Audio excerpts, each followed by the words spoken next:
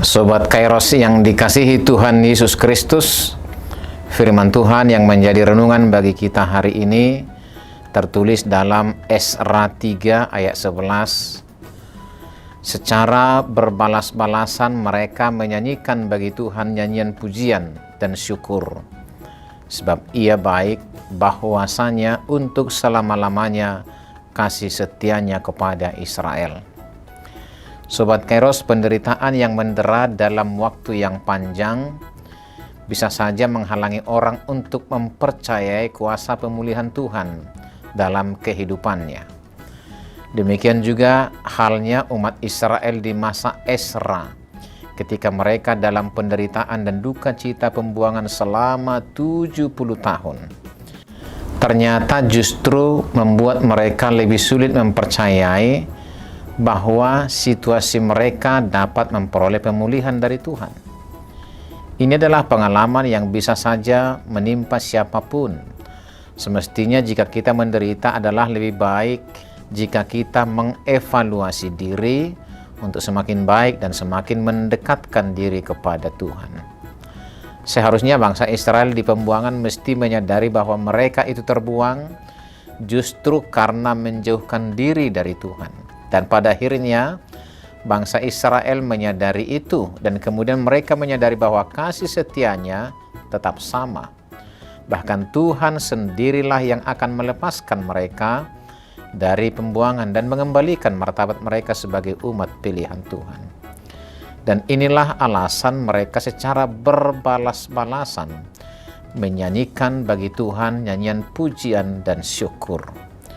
Sebab Ia baik, bahwasanya untuk selama-lamanya kasih setianya kepada mereka.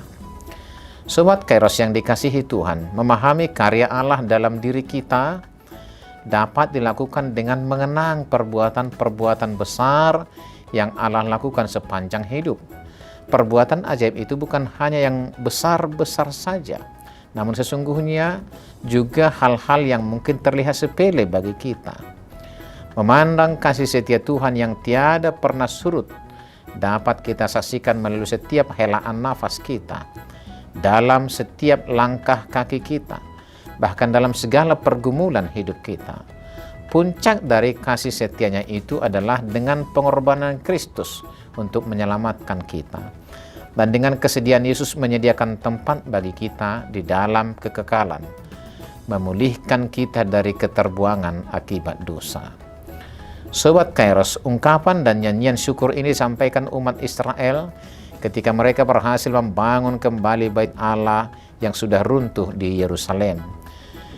Demikianlah semestinya kita membangun kembali fondasi iman kita dan mengembalikan kembali seluruh kehidupan kita menjadi rumah Tuhan, tempat Allah bersemayam.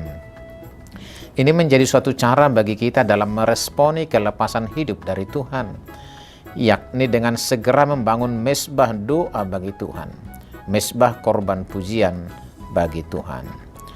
Maka dari itu Sobat Kairos, jika hari ini ada berbagai kedukaan, kekalutan, kekecewaan dan pergumulan apapun dalam hidup kita, percayalah bahwa kasih Allah itu adalah setia sampai selama-lamanya. Jangan biarkan kondisi itu menjauhkan kita dari Tuhan, namun belajarlah dari sejarah iman kita. Belajarlah dari perbuatan-perbuatan ajaib Tuhan yang mungkin terlihat sederhana dalam hidup kita. Pembelajaran itu akan membuat kita semakin dekat kepadanya dan selalu menyediakan ruang baginya dalam segala dimensi kehidupan kita. Sekali lagi, menyanyilah bagi Tuhan dengan nyanyian pujian dan syukur, sebab Ia baik, bahwasanya untuk selama-lamanya kasih setianya. Selamat beraktivitas Sobat Kairos. Tuhan Yesus memberkati kita semua. Amin.